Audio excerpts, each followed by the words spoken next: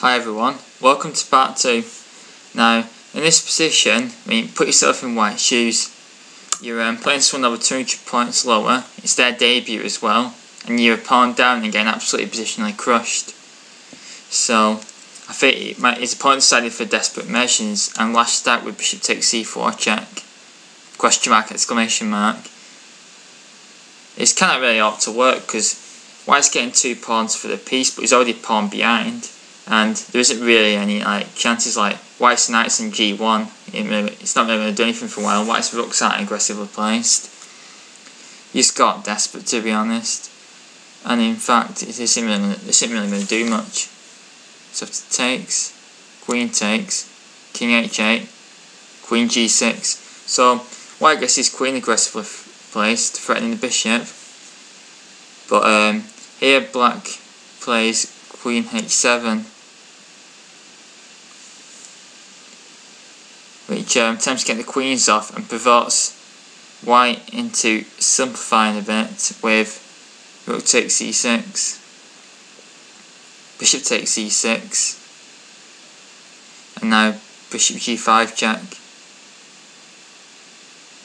bishop g7, bishop takes, and queen takes c6.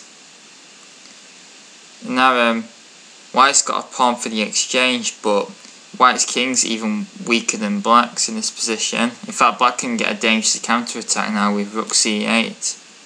This is very well calculated by blackness. White's aggressive pieces have all gone. White's left with his queen, which is attacked, a passive rook on c2, and a knight on its original square.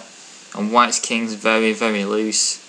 Also h5 is very weak, and if h5 goes, then black's major pieces are just going to rip white's kings to shreds. Just like to add, apologies on video 1 for saying that it was a perk defence. I must confess that the Berkt was right in his comments, and because black didn't play knight f6, which means it's a modern. So thank you for pointing that out, Mitchell. Anyway, back to the game. Queen g4, queen g6 puts up more resistance. If white can get the queens off, then he's got a chance of survival. So takes, rook e6. But now the problem is that pawn's forward, and black should win with the extra exchange, and the passed g pawn will probably decide the game. But that was puts up slightly more resistance. But I suppose white can't really afford to swap the queens off. Queen g4, but now comes rook f4, and white could probably actually resign this. It's completely lost this, and we was all really happy as well watching the game, because in fact white's busted here, and we needed this win to get a draw out of the match. Queen g3, queen h7. And now the rook on c2 is attacked, and the pawn on h5, which is going with check. So after it moved, then queen takes h5 check, knight h3 only move, and now rook f3.